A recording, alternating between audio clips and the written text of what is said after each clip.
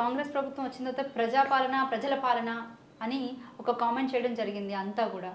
అంటే తెలంగాణ రాష్ట్ర rising number 1 అని హోర్డింగ్స్లో కూడా మనం చూస్తున్నాము. అంటే కాంగ్రెస్ గవర్నమెంట్ వచ్చిన తర్వాత రుణమాఫీ జరగడం కానివ్వండి, 6 గ్యారెంటీలు అమలు చేసుకుంటామని హోర్డింగ్స్లో పెట్టారు. మళ్ళీ మళ్ళీ చెప్తున్నా, హోర్డింగ్స్లో పెట్టుకోవడం జరిగింది. అలాగే ఏదైతే ఈ స్టూడెంట్స్ సమస్యలు కానివ్వండి, అంటే ఇలా చాలా రకమైన ఇబ్బందులు పడినప్పటికీ కూడా ఈరోజు తెలంగాణ రైజింగ్ నెంబర్ 1 అని ఒక హోర్డింగ్లో పెట్టుకోవడం మనం చూస్తున్నాం. అంటే ఏ విధంగా చూడొచ్చు దీన్ని? కేవలం పబ్లిసిటీ స్టంట్ అండి ఇది. హోల్డింగ్స్లో మాత్రమే ఉంది.